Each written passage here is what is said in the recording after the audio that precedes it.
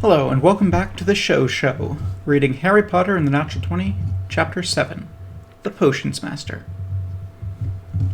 Now we will fill that cliffhanger. Sorry about having missed a day yesterday, my voice was not up to it. I'm just sad I didn't get to see his face when he read the Daily Prophet, Malfoy sniggered. Several Slytherins laughed as well. I bet he was like, "Bwah!" he said, making a face that would match "bwah" rather well, in fact. Teach him to mess with Slytherin in our own dungeon, Crab, or Goyle, said. Yeah, shows him to mess with us in our own classroom, said Goyle, or Crab. And for that time on the train, Crab probably added. Yeah, that time on the Hogwarts Express. Yeah, and for when Potter got the Remembrall from you. Yeah, for that time he showed you up in fly in front of everyone and got Longbottom's Remembrall. And then when he got put on the Quidditch team and the first years aren't allowed. Yeah, for when the teachers were so impressed at how great his flying was that he became the youngest Seeker in a century. In future, Malfoy said coldly, could you two not list out every time they've shown us up whenever I have a victory? Sorry, boss, said Crab. It's just that they have so, many of them. Yeah, boss, said Goyle. They have so many, and they're real easy to remember because everyone always talks about them. Malfoy sighed. He wondered if the warranty had expired, or if he couldn't just send these two back for a pair of shiny new goons. I can't help but feel like there was something I was supposed to do this morning, Milo said as he walked back to the castle from the forest. But I just can't remember what it was. Can't have been very important. Hermione was forced to admit to herself, however reluctantly, that she was dead bored. The three boys were total morons, but they did make things interesting. She wondered if there was some way she could work her way back into their preposterous plan without it looking exceedingly foolish. She applied her towering intellect to the problem, hypothesized various scenarios and predicted their likely outcomes, and 30 seconds later said, "Nope." Hermione sighed. It wasn't even that their points were slightly convincing.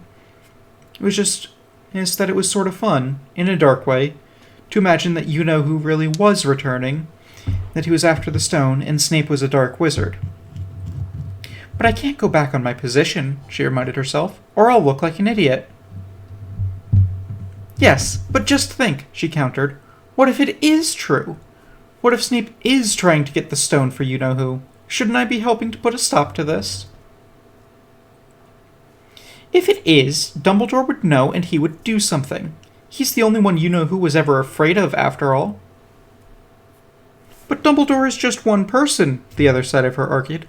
He could get caught by surprise, or called away, or be sleeping, or distracted, or anything.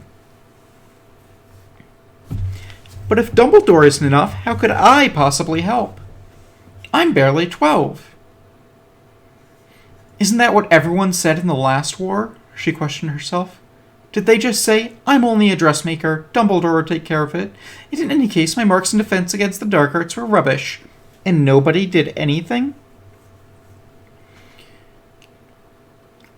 Doing the opposite and going on a witch hunt now will only make things worse, she protested. There's no knowing where it will end. Without a witch hunt, you'll never catch witches. I am a witch. I know what I mean. So I'll just wait until there's proof, she said, and then I'll help in any way that I can. How is that not reasonable? Just think, Hermione. Think. I know what the problem is. She sighed. Instead, it's Harry and Ron that I'm depending on to find conclusive proof, she said defeatedly. Professor?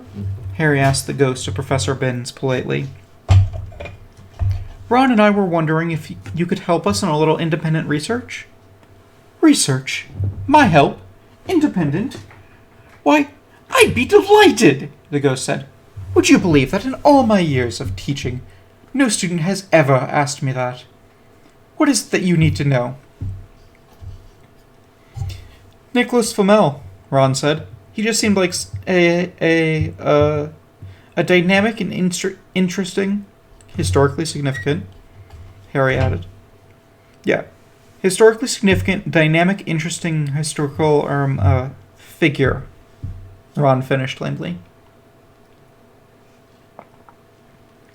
And we'd love to hear everything you know about him, Harry said. For some unimaginable reason, most of the library seemed to be checked out already. Maybe they were doing some reorganizing? Milo. So they'd resorted to actually asking a professor for help. It seemed to rub Harry the wrong way, somehow, going to an adult. But it was all they could come up with. Harry diligently tried. He really did. To listen to everything Ben said about Flamel, and to stay awake while doing so. But the stone's texture in the floor was just so much more interesting. Ron's eyes developed a glassy look in under 5 minutes. Glassier than usual, that is. And by the third hour, Harry wasn't quite sure he didn't look the least as bad. Well, he said after they'd finally left Binns' office, that was, interesting. Was it? Ron asked. Glad to hear it. I think that we might need Hermione. I was hoping you wouldn't say that, mate, Ron said with a sigh. Did we learn anything important, though? Harry shrugged. Flamel's a big, powerful wizard and master alchemist who found out how to create a Philosopher's Stone. Turns out it's not necessarily a unique object, but he only ever made the one, anyway, which can turn lead to gold and create the elixir of life. He used to fight dark wizards, but decided to retire with his wife way back, and he's been sort of neutral since then. Keeps to himself, mostly. So nothing we didn't already know, Ron said. Great. Just great. Well, there went our Saturday, eh? Yeah, Harry said. I hope Milo found something more useful in the Forbidden Forest. And that he didn't get eaten by werewolves, Ron added. Milo, in a rare moment of luck, made a listen check successfully. He almost wished he hadn't. He'd hoped to get out of the woods without the mandatory random encounter. Invisibility, he said as he faded from sight. Hope it's not a false alarm, he thought. That was my last second-level spell. All he'd heard was movement in the shrubs, and it could have been caused by anything. Really, when it came down to it, Milo not only didn't know what kind of creatures lived in this forest, but this world. Bugbears? Owlbears? Dire bears? Giant bears? Shapeshifted druids in the form of bears? God's help him. Grizzly bears? As it turned out, it was far, far worse than any form of bear or bear-like monstrosity. It was Professor Snape. Is he here looking for me? Or is he the one killing unicorns, and he's going for another one? I could follow him, Milo thought, but invisibility only lasts 4 minutes. And if I run into trouble, I'm already out of spells. Milo bit his lip. I feel like Harry Potter would for sure. But, well, this is the job for a rogue. I've got no business sneaking around in a forest, telling people. I'm a wizard. I should have people for this, he frowned. Hey, Morty, he whispered. Time to put that +10 bonus to move silently to use. Mordenkainen, who had been sitting on his shoulder, nodded gravely. Although Milo couldn't see, because the familiar was as invisible as he was, and scampered noiselessly after the potions master. You're late, Lucius hissed. You were supposed to be here 47 seconds ago. Snape said nothing. I need a favor. It would do well for you to comply. Go on, Snape shrugged. There is a certain individual who, I understand, is a first-year student attending Hogwarts, Lucius said. He has no business here. Have him expelled. The Potter boy? Snape grinned. He wondered when Lucius was going to make his move against the Dark Lord's mortal enemy. Fortunately, he and Dumbledore had prepared for this. No, We can deal with Potter later. I speak of one Mr. Anastasia Liadon, Lucius said. It knows too much. Whatever it is that we summoned. Lucius thought. Whatever you have to do, get him out of that school. It shall be as you say, Snape said. Now this is good news, Snape thought. Time to get back at that boy for insulting my house and attacking my students. And, unlike Potter, I'm under no obligation to protect him. Snape smiled briefly before masking it. No sense letting Lucius know I'd do this one for free. It shouldn't be too hard for you, Lucius said. He's not a wizard.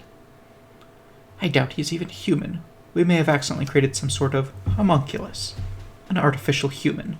There's no telling what it might do. When Milo returned to the castle, it was late afternoon. He was glad to make it to safety.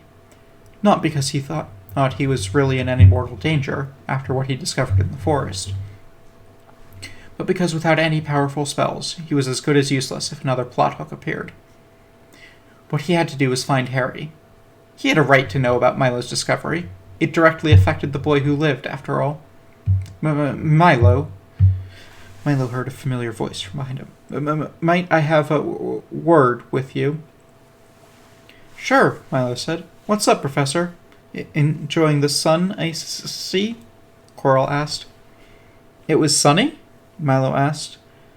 Nobody ever paid much attention to weather where he was from, unless it was an ominous thunderstorm. Well, then I guess I was. And I went to check out that spidery thing I killed the other day. Oh, did you? Quirrell asked. Whatever for? It's just that something seemed wrong about the whole thing. The tree really shouldn't have killed it, he said. It looked like a pretty heavy tree to me, Quirrell said. Maybe it was an extraordinarily lucky hit. Falling objects can't critical hit because they don't make attack rolls, Milo said. It would be different if I threw it. Quirrell paused. I'm sorry, what did you just say? Never mind, I'll figure it out eventually. I don't suppose you noticed anything? No, said Quirrell. I did not.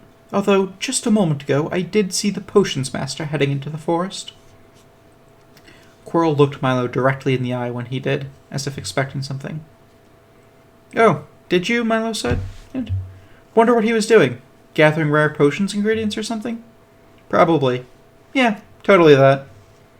Natural one on bluff. Great. Just great. Of course. Well, I'll be seeing you in class Monday, Quirrell said.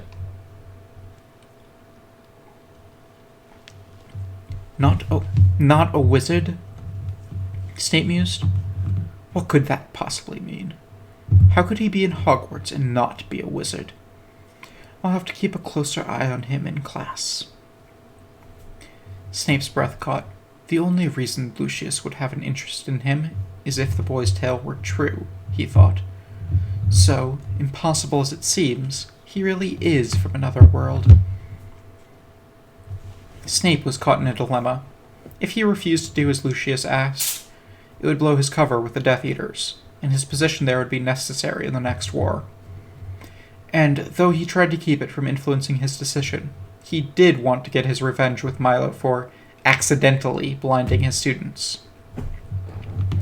But Snape was under no illusions about what Lucius would do to Milo once the boy was outside of the wards and away from Dumbledore's protection.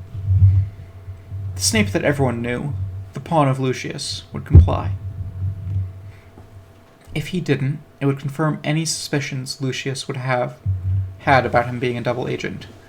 And besides, if Milo really wasn't a wizard, then it would be Snape's duty as a professor to see that he was expelled. Besides, Milo wasn't anyone important. It was unfortunate, perhaps, but the boy had become a pawn that needed to be sacrificed to protect the king. Snape was broken out of his reverie when he bumped into the defense professor. Sorry, Severus, Quirrell stammered and scurried away. Snape shook his head. It should have been me with that position, Snape thought. Quirrell is much more suited to his old job as professor of Muggle studies. Hang on, Snape thought. He could practically hear the wheels clicking in his brain. What was it Quirrell said about Milo? That he was impressed with his magical abilities? From what Snape had heard, Milo was one of the least gifted students that Hogwarts had seen, apart from his occasional demonstration of wandless magic. And after that Agramantula attack, Quirrell had tried pretty desperately to save the boy. Most unusual. The Quirrell that Snape knew fainted whenever he saw a spider. Most unusual indeed. With everything going on involving Milo, nothing, Snape decided, should be treated as coincidence. Snape resolved to keep a closer eye on the defense professor, and watch for an opportunity to prove Milo's lack of magic. Shouldn't be too hard, he thought. I'll just have to wait for the other students to progress somewhat. When he fails to do so as well, it will be evidence enough.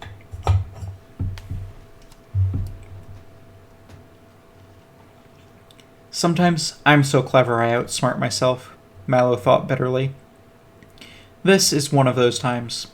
Squeak, squeak, squeak, squeak, Morty said excitedly. Squeak, squeak, squeak! Mordenkainen, I don't speak rat, Milo said, his voice tinged with an edge of frustration. Though they shared an empathic link, which let each know the other's general mood and condition, they couldn't actually speak until Milo hit level 5. What's up, mate? Ron asked him. Milo was sitting in Gryffindor common room, trying to figure out what Morty had seen Snape do. From what he could tell, there was a great deal of squeaking involved. Ron and Harry had just walked through the portal, looking despondent. I found Snape sneaking about in the forest and had more to tell him, but I evidently didn't think very far ahead when I did. You ever hear of a spell that lets you talk to animals? Nope, Ron said. Except for parcel mouths, of course. Parcel mouths? Milo asked. What are those, aside from the worst thing to get in the mail imaginable? Oh my. Getting just a severed mouth as a parcel. That is a horrifying image. Blimey, Ron exclaimed. Everyone knows about parcel mouths. Harry sighed. Ron, I thought I asked you to stop doing that, Potter said. I was raised by Muggles, and Milo's from another planet or something. Oh, right. Sorry. We know as much about parcel mouths as we did about Quidditch, Harry continued. Sorry. Which is to say absolutely nothing. Sorry. Because we, unlike you, were not raised in magical Britain. Sorry. Just saying. Right. Milo coughed. Parcel mouths? He asked. Oh, right. Ron said. Well, it's this really rare ability some people have that lets them talk to snakes. It said Slytherin was one. Salazar Slytherin, that is. And you-know-who. It's a sign of dark wizards, for sure. I've never heard of any after you-know-who, and just snakes, anyway. Oh, Milo said. Well, that's pretty useless. Harry, however, had gone completely white. I have to, that is, I should probably... I'll just go. Bye, Harry said and fled the common room. Well, that was weird, Ron said. Wonder what that was all about. Something significant, probably, Milo said. But I don't think it has anything to do with us, yet. We can always ask him later, but right now, I have to figure out how to speak with this rat. So you can find out what evil thing Snape was up to in the forest? Ron asked. Yeah. Then you can use it to get Hermione to help you figure out what's going on with the Philosopher's Stone. How do you know that we need help? Ron asked defensively. For all you know, we learned everything we needed today. Oh? Did you? Maybe. I wasn't really listening, to be honest, Ron admitted. Which is why we need Hermione. Which is why you need to make your rat speak. Yeah. Bollocks, Ron said. Best of luck. There was a spell Milo knew of that would help, called Speak with Animals. Unfortunately, it was only available to rangers, druids, and bards, and Milo would sooner die than become any of those.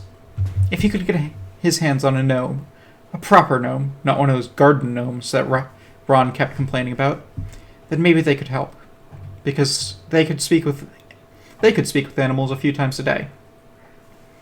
Only burrowing animals, though. Milo wondered if rats counted as burrowing animals, or, if not, merely digging a hole once would count. He would, technically, be burrowing. Milo sighed. He didn't have a gnome, he didn't have a ranger, and he didn't have a druid. He neither had nor particularly wanted a bard. Morty continued without pause. There were only two options, as Milo saw it. He could attempt to push the rules past breaking point and test if his spontaneous divination ability could mimic druid spells, or he could wait until leveling up to find out. The first option risked calling righteous fury upon himself from above, while the second took time and monster slaying. Unfortunately, patience was a virtue, and Milo was true neutral. Speak with animals, Milo tried to cast, attempting to swap out protection from evil. Other than losing the spell from his memorized list, nothing happened, but Milo felt a distinct sense of wrongness. It was as if the universe recoiled from him slightly, pondered for a moment. Then, "Excuse me," Lavender Brown said to him. "Professor McGonagall told me to tell you that Professor Snape wants to talk to you, right this second." "I'm sure it's a coincidence," Milo said nervously as he started to sweat. "Ha, coincidence. Oh my god, I'm going to die." Lavender gave him a sympathetic look, but said nothing. Milo supposed he would just have to wait until he gained another level before finding out what Snape was up to in the Forbidden Forest. And this, he thought as he walked toward Snape's dungeon, is why you don't try to stretch the rules as written to allow more than 150% as much as the rules as intended.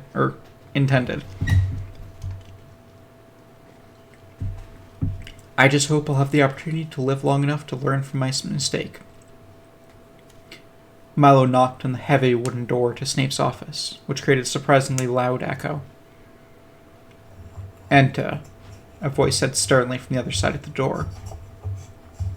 Milo quickly ran through his assets before opening the door. A pair of prestidigitations and dancing lights, an acid splash, protection from evil, silent image, and a featherfall, as well as the contents of his belt of hidden pouches. So, not much. Milo cautiously opened the door and walked in. Snape's office was uniquely atmospheric. There was an eyeball floating in a jar, and it was probably the least creepy thing here. "Ah, Mr. Anastasia Leodon," Snape said. "I've been expecting you." Milo whimpered quietly. Sitting on Snape's desk was a lustrous black flask inlaid with a silver skull pattern. There was a skull-shaped stopper with reflective red eyes. To complete the image, the eyes glowed slightly. "Madame Pomfrey has instructed me to give you this," he said, gesturing at the very, very evil flask. "It contains a week's worth of antidote for acromantula venom." Snape continued. "You are to drink 1 teaspoon every night, ideally within a minute or two of midnight for full effect." "Why midnight?" Milo stammered. "Oh, just so your body has time to process it before breakfast." "Why the skulls?" "It's the only flask I had in the correct size." "Oh." That didn't, of course, answer the question of why he possessed such a flask in the first place. It looked more suited to holding the blood of sacrificial maidens than medicine. Well, no matter. Milo could just cast Detect Poison on it as soon as he left the office to see if it was dangerous. "Oh, before you go, make sure you don't drink more than your prescribed amount," Snape warned. "That's a powerful poison in large quantities." Well, Milo thought, there goes that plan. It would just register as poisonous anyway. The safest option is to just toss a teaspoon of it down the drain every night and hope for the best. "And make sure you don't miss a night, either," Snape said, "or the venom could relapse, and you'll most likely die." "Oh, come on!" "Oh, thanks," Milo said. "I'll just, Go now. Bye, Professor. Milo fled the room, and didn't stop running until he was in front of the fat lady. Password? She asked. Squeak! Milo said, and the painting swung open to reveal Gryffindor Tower. Milo found Ron and Harry sitting at a table by themselves playing wizard chess. Harry had evidently returned from his weird flight earlier, but still looked a little shaken. Milo was no chess expert, but judging by the fact that Harry only had 2 pieces left, Ron was winning. Milo collapsed into an overstuffed armchair and slammed the accursed flask onto the table. Detect poison, detect magic. He started casting rapidly. Bloody hell, mate, Ron said, staring at the scalded flask. What's in there? You know whose tears? Identify, ancient knowledge, appraising touch. Milo continued casting uninterrupted. What's that you're muttering? Harry said. Are you sweating? What happened? It's poisonous and apparently non-magical, Milo said to himself, but that broomstick didn't appear to be magical either. He could have had a magic aura cast on it to conceal it from detection, Milo said, or something more powerful. Otherwise, I don't know at all what's in there. And it could really be poisonous, and Snape was just saying it's poisonous in large quantities as an excuse to make me ignore the results of detect poison. Although Snape can't have known that I could do that, could he? Nobody here knows what my capabilities are, right? Unless he can read minds? Nah, Will's my highest save. That would never work. But detect poison only detects, like, actual, literal poison, he continued. It wouldn't say anything was wrong if this were, say, potion of bestow curse or a potion of horrid wilting. No, potions only go up to 3rd level spells. The worst could be as, say, potion of inflict critical wounds, maybe, which would still be more than enough to kill me. Or whatever the closest analog is in this world. Sorry, what? Ron asked. But if Snape is telling the truth and I don't drink it tonight, I'll die. Milo ran his fingers through his hair. Did Snape really give me an antidote that's technically poisonous just to fool my detect poison spell? And then make it into a lethal but technically non-poisonous potion of some horrendous instant death spell once I concluded it wasn't really poisonous, at least in small doses, and therefore safe? Surely nobody's brain is that twisty. Yours is, mate, Ron pointed out. But if this is going to kill me, why did he put in such an over-the-top flask? Milo asked. Harry said. I'm not really sure what you're talking about, but maybe he gave you that flask of doom so you'd think, surely no one would put actual poison in something like this, and then you'd drink it? Ah! Milo exclaimed. You could be right. I'm going to die. I should never have tried to speak to this useless rat. On the other side of the common room, Hermione rolled her eyes, put her book aside, then stood up exasperatedly. I couldn't help but overhear your anguished shrieks of, well, anguish, Hermione said, walking over. And why would Snape poison you with something everyone knows he gave you? So you do think Snape's evil, Ron said. No, dimwit, Hermione said, rolling her eyes again. I said, assuming your half-brain theory is correct and Snape is evil first, remember? You did? Ron frowned. I don't remember that, actually. Then try listening next time, maybe, Hermione asked testily. Anyway, she continued as if Ron hadn't spoken, if you drunk that and died, everyone would know Snape did it. I'd still be dead, Milo protested. What I meant is, he wouldn't do it if it would reveal himself, obviously. No, because he explicitly stated it would kill me if I either didn't drink it or if I drank too much, Milo countered, speaking rapidly. So say I do drink it and I die. He could just say, oh, that poor stupid boy. He must have overdosed himself by accident. What a tragedy. Oh me, I'm so sorry. He showed so much promise. Mwahahaha. We're all worse off for his untimely death. Oh, the humanity. So ask Madame Pomfrey, Hermione said. Ask her what? Milo asked, perplexed. If that's actually the antidote, she said. Milo blinked. Why? Because she'd tell you, she's a meta-witch. She knows what she's doing. I don't understand, Milo confessed. Asking adults for help was not something he, as an adventurer, had ever considered doing before. Then I'll use short, simple sentences so that even you can understand, Hermione said sharply. Take the flask, go to the hospital wing, say, Madame Pomfrey, can you check that this is really acromantial antidote? I'm worried Snape gave me the wrong flask by accident. She'll look at it and say, yes, this is the antidote. It's very dangerous, so follow the directions precisely. Or alternatively, say, no, that's distilled nightshade, among the deadlier poisons known to man. That's a little unorthodox, but it just might work, Milo admitted. But how do I know I can trust Madame Pomfrey? Actually, what if Snape assumed I would ask Pomfrey and deliberately made this here elixir of death to pass whatever test she would think of? Because he certainly outsmarted mine. No, Hermione said. You outsmarted yourself. Just drink it. On the plus side, Ron said, if you do drink it and die, that'll prove you were right, and Snape's evil, and Hermione will help us stop him. It's a win-win. But I'll be dead, Milo said. Can't have everything, mate. I've been outsmarted, Milo decided. Whatever I decide, I'm probably falling for Snape's evil plan. I'll flip a copper piece. Emperor, I drink it. Hydra, I don't. He pulled out a copper from his belt and flipped it. It twirled 4 times in the air and landed with a heavy thud on the table. The 4 of them stared at it in disbelief. Blimey, said Ron. I didn't think that was even possible. It is, without a doubt, highly improbable, Hermione conceded.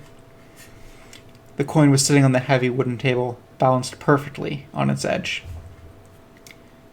Snape leaned back in his leather chair, smiling. He knew he wasn't supposed to use legitimacy on his students for his own amusement, but even if I get sacked for this, he thought, it was, without a doubt, worth it. He could only imagine the agony and indecision going through Milo's head after he'd left. And that was Chapter 7, The Potions Master, of Harry Potter and the Natural 20. I hope you enjoyed it. Thanks for tuning in, and have a nice day. If you liked the video, add a comment, hit the like button, subscribe, all that jazz.